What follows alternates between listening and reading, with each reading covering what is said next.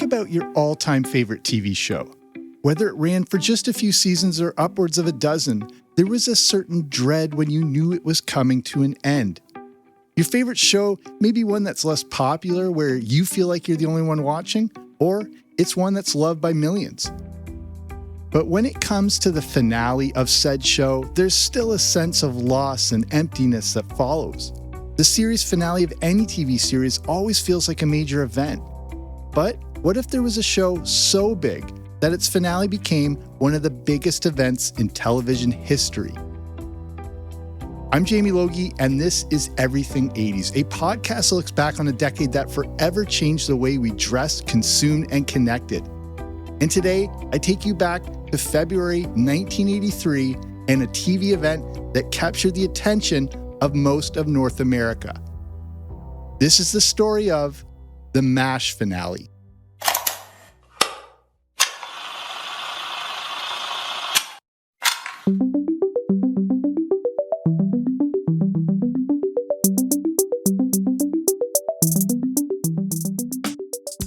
I have a very faint but distinctive memory of the night when MASH wrapped up.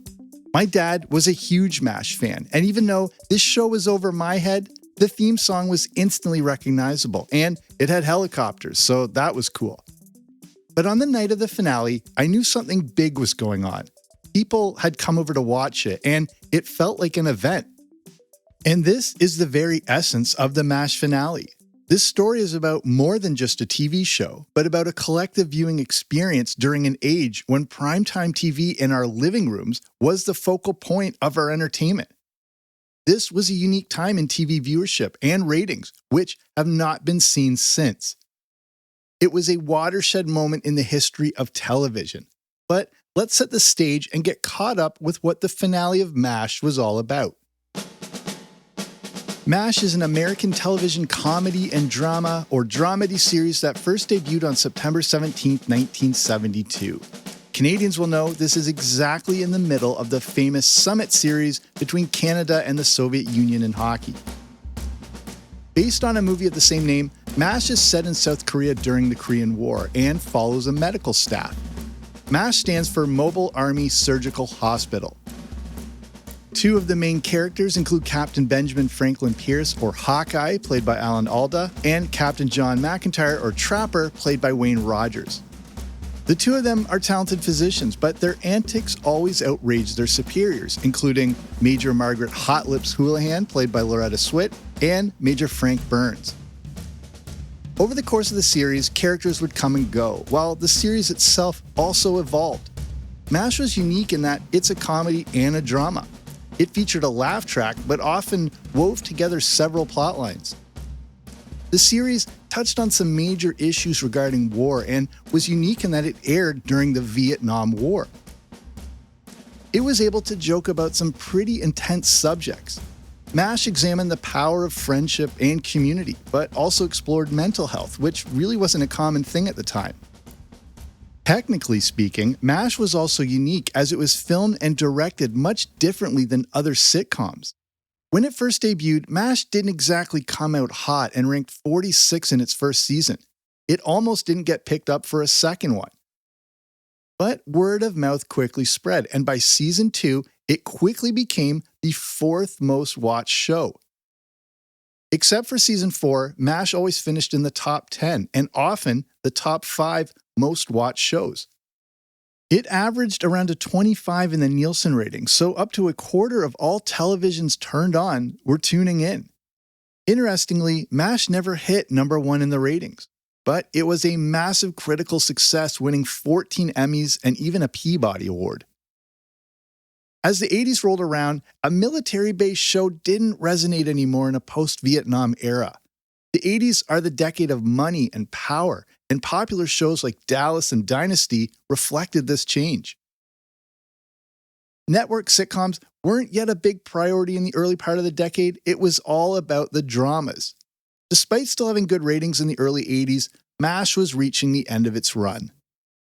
Like many other long-running TV series, it became tougher and tougher to find fresh new ideas. It was time for the finale. The 2.5-hour final episode of MASH is set to air on Monday, February 28, 1983 on CBS. Entitled Goodbye, Farewell, and Amen, here's a quick synopsis of the finale. The episode takes place during the final days of the Korean War, as the MASH unit prepares to shut down and the doctors and nurses prepare to go home. We find out things are pretty tough for Hawkeye. He's been admitted to a psychiatric hospital and has suffered a nervous breakdown. The character of Winchester finally finds people who share his love of classical music, while at the same time, the reverend of the group has been permanently deafened by a mortar attack. Meanwhile, the rest of the MASH unit is busy wrapping up their work and saying goodbye to one another. There are several subplots throughout the episode that focus on the individual characters and their final days in Korea. We find out that Klinger, played by Jamie Farr, is actually going to stay behind in Korea because he's about to get married. Back at the main camp, chaos ensues as the camp is overrun with people. The camp then is relocated due to a forest fire, and the ceasefire is announced ending the war. The personnel have a final party before parting ways, with Klinger staying in Korea to get married. Throughout the episode, we get several touching moments as the characters say their goodbyes and express their gratitude to one another. We also get a $500,000 kiss, which I'll explain more about in a moment. As the episode comes to a close, the characters share memories of their time together, with each departing in a different way. The final scene, one of the most iconic in TV history, shows BJ and Hawkeye saying their goodbyes as Hawkeye leaves by helicopter. As he lifts off the ground, he sees the word goodbye written out in white stones below. Hawkeye smiles as the helicopter pulls away, signifying both the end of the war and the MASH TV show itself. So that's what happens in the finale episode, but let's look at the lead up to this monumental TV event. This show was such a beloved hit and had so many different storylines that the creators needed to do it justice, and that meant a finale that was longer than most movies. This also meant bringing in a lot of writers. The finale of MASH featured more writers than any other episode. Too many cooks can sometimes spoil the broth, but all the writers were able to work together to perfectly wrap up the series and storylines. The anticipation for the final was off the charts. Again, you have to put yourself back into the context of 1980s TV. When it came to home entertainment, and before the VCR became more commonplace, we just had those few networks to watch. CBS made sure that everyone was aware the finale was coming. It was hard not to know about it. Hundreds of journalists and photographers from around the world waited by the filming locations hoping to catch a glimpse. MASH was actually partly filmed in Malibu State Park and Stage 9 at Fox Studios in Century City. And with all this attention, the advertisers started to get on board. Every company wanted to be a part of this major event. Because of the demand, CBS was able to drive up advertising prices and charged a pretty astonishing $450,000 for a single 30-second commercial block. When adjusted for inflation, that's about $1.3 million. That's a higher rate than was charged for that year's Super Bowl. In the finale, Hawkeye and Houlihan share a kiss that goes on for just over 30 seconds. Safe to say, many advertisers were livid that this 30-second-long segment wasn't used for an ad. It's been called the most expensive kiss in TV history. The buzz was everywhere, and it seemed as if everyone was going to tune in. But on Monday, February 28, 1983, the big night finally came. The next day, the finale was the epitome of water cooler talk and seemed really well received. But with no social media or ways to instantly assess numbers, no one was sure how many people actually watched. How did it do in the ratings? Well, those numbers were about to come in. Numbers that no one in their wildest dreams would ever think were possible. Everything 80s will return after these messages. When those numbers finally came in, they didn't seem realistic. The MASH finale was the most watched show ever. 105.9 million people tuned in for the last episode of MASH. CBS was realistically expecting tens of millions of viewers, but this wasn't comprehensible. And this was the average. The number peaked at over 121.6 million during the final 6 minutes. More than 15 million extra people tuned in just to catch the ending. An article from the New York Times from March 3rd, 1983 says this number may have been closer to 125 million. That's nearly the entire population of Japan today tuning in to watch a TV show. The Nielsen ratings revealed that the finale got a 60.2 rating and a 77 share. Numbers like that shouldn't even exist on TV. That 77 share represents the percentage of homes with a TV that were tuned in that night. 3 out of every 4 TVs that were turned on that evening were watching. This is from a Nielsen's rating aspect of the viewing public, but what's possibly more astounding is if you consider that the US population in 1983 was around 234 million, more than half of the entire country watched the end of this episode. These were numbers beyond what anyone dared dream of. Advertisers who paid what seemed like an exorbitant cost for a 30-second commercial spot ended up getting one of the advertising steals of the decade, and possibly ever. So many people were watching the finale of MASH that most streets were deserted. It was like a Super Bowl. The only people making money that night were pizza delivery people. But this was even bigger than that year's Super Bowl by more than 25 million viewers. According to CBS, so many people were watching the finale that it had a significant effect on water pressure in various cities. In New York, after the show ended, so many people went to the bathroom all at once that the subsequent pressure drop from all the toilets flushing caused a surge in the tunnels that bring water in from the Catskills to New York City. This almost completely overwhelmed the sewers of New York. The city's Department of Environmental Protection told the Associated Press that, quote, flow rates went up by 320 million gallons. There was never a jump like this before, unquote. But what about in other countries? Here in Canada, it was the exact same story. The finale of MASH was the most popular television show in Canadian history. According to the CBC, an astonishing 9 million Canadians tuned in. That's more than watched the 2022 Super Bowl. And this number peaked at 10.5 million. In 1983, that's 41% of the entire country. Not the viewing public, the entire public. Interestingly, it almost had the exact same share as the US with a 76% audience share of viewers. The most watched programs in Canadian history all come from the 2010 Winter Olympics in Vancouver, including the gold medal hockey final, where upwards of 80% of the country tuned in to watch Canada play the US. I can't remember exactly how that one turned out. But besides the Winter Olympics and some Super Bowls, the MASH finale remains to this day one of the highest rated TV shows in Canadian television history.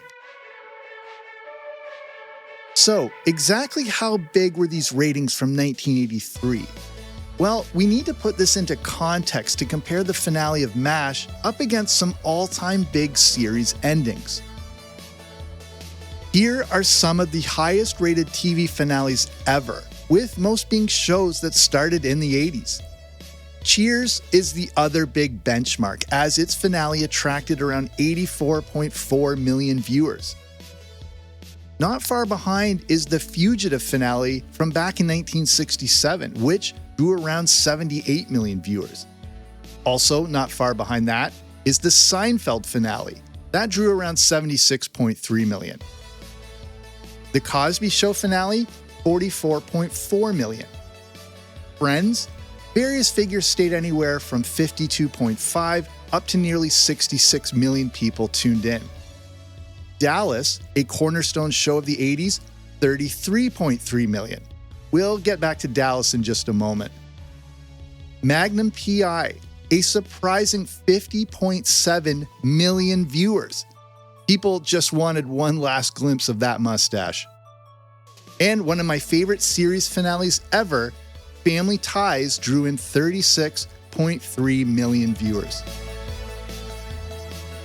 And how did the MASH finale stack up against the previous highest rated TV show ever, also from the 80s, that being the famous Who Shot JR episode of Dallas from November 21st, 1980.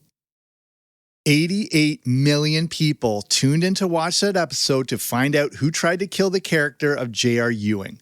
It received an astronomical, at the time, 53.3 rating and a 76 share. Incredible numbers, but given the fact Dallas was only an hour long, these numbers didn't even come close to the finale of MASH.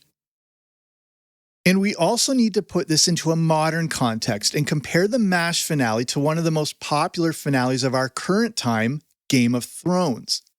The TV landscape today is, of course, drastically different, but the final Game of Thrones episode was still a pretty big ratings hit. But pretty big today means around 16.5 million viewers.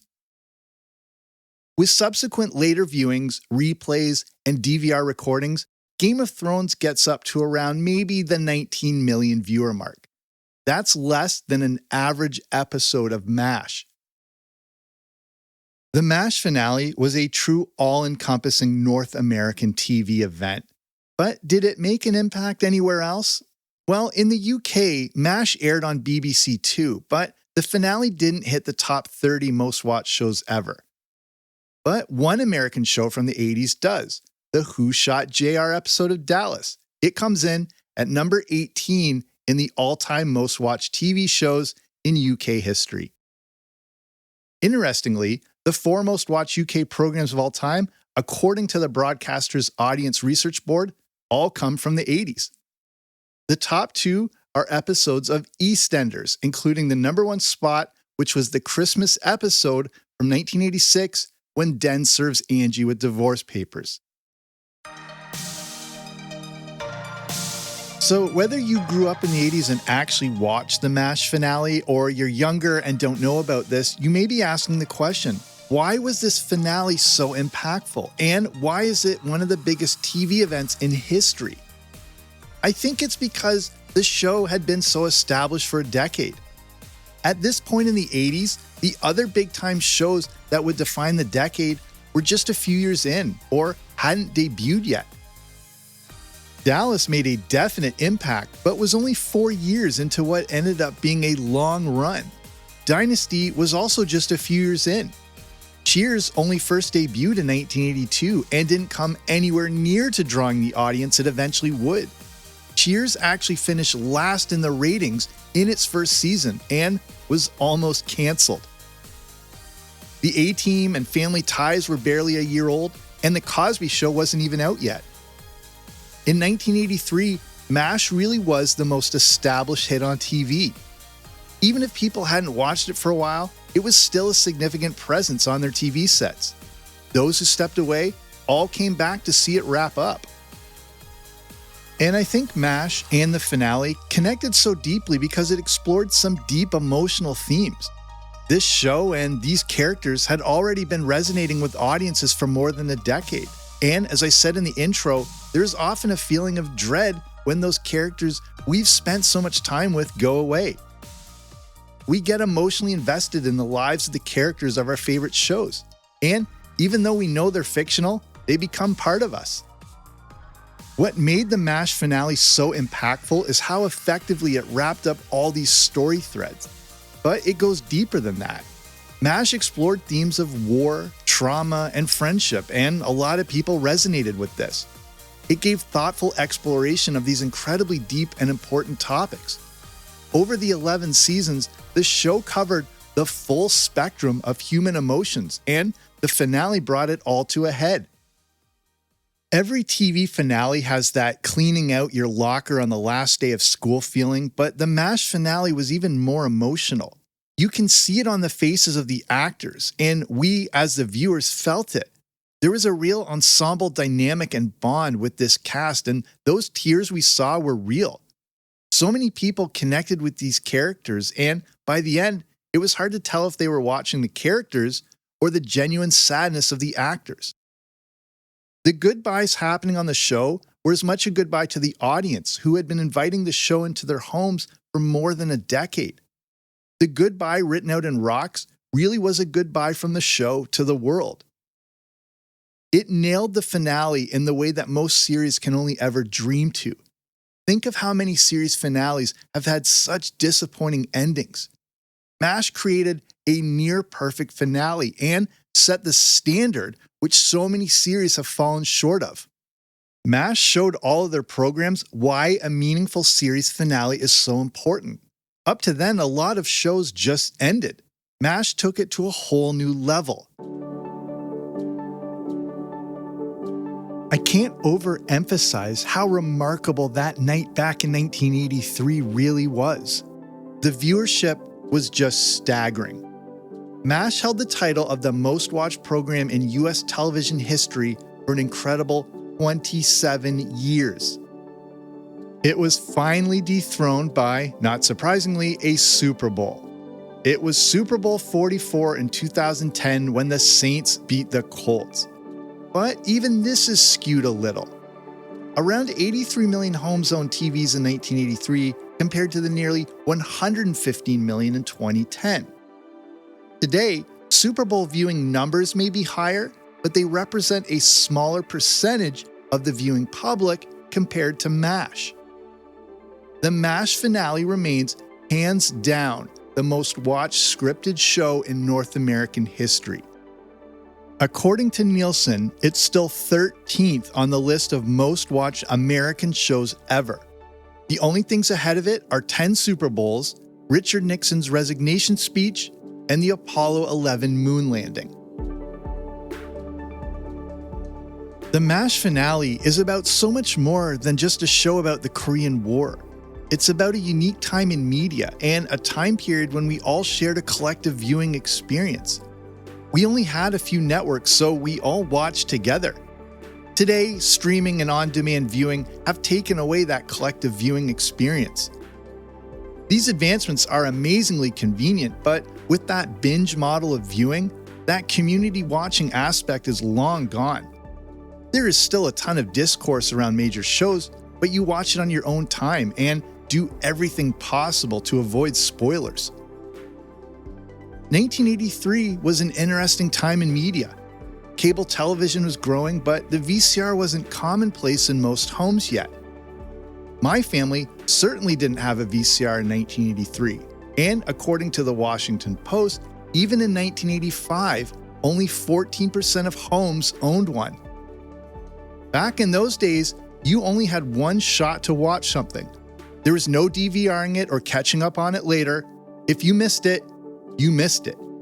At best, your only hope was if the network reran it. But if you weren't able to be home, it was the same issue all over again. Moments like this were true appointment viewing, and you cleared everything in your schedule to make sure you didn't miss it. It's been 40 years, and no other non-Super Bowl TV show has even come close touching the finale of MASH. If you take the ratings for the series finales of Mad Men, Breaking Bad, Game of Thrones, The Sopranos, Modern Family, The Office, and The Big Bang Theory combined, it's still 25 million fewer viewers than the average of the MASH finale. If you take the peak from that night in 1983, it's a difference of over 40 million viewers. Because of how different our media consumption is now, it's safe to say that this record will probably stand for as long as TV continues to exist. Honestly, it will never be broken. Back in the 1980s, primetime TV was an event.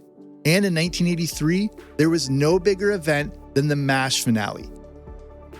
In the 80s, we had so many of these great television moments that we shared with our friends and family in our living rooms. And it was the same case in houses all across the country as we gathered around these big square boxes. These TV events are significant because even though we were all apart, we all shared them at the same time. Besides sports, that really doesn't happen anymore, at least not on this level. These days, besides live sports, I can't think of a single show I watch in real time. I just catch up on them later. And honestly, there are very few network shows I even watch anymore. This just seems to be the case across the board. No matter what country you're from, we all have these unique television moments that bring everyone together. In the 80s, in a time of limited at-home entertainment, and with just a few networks, these moments were even more significant.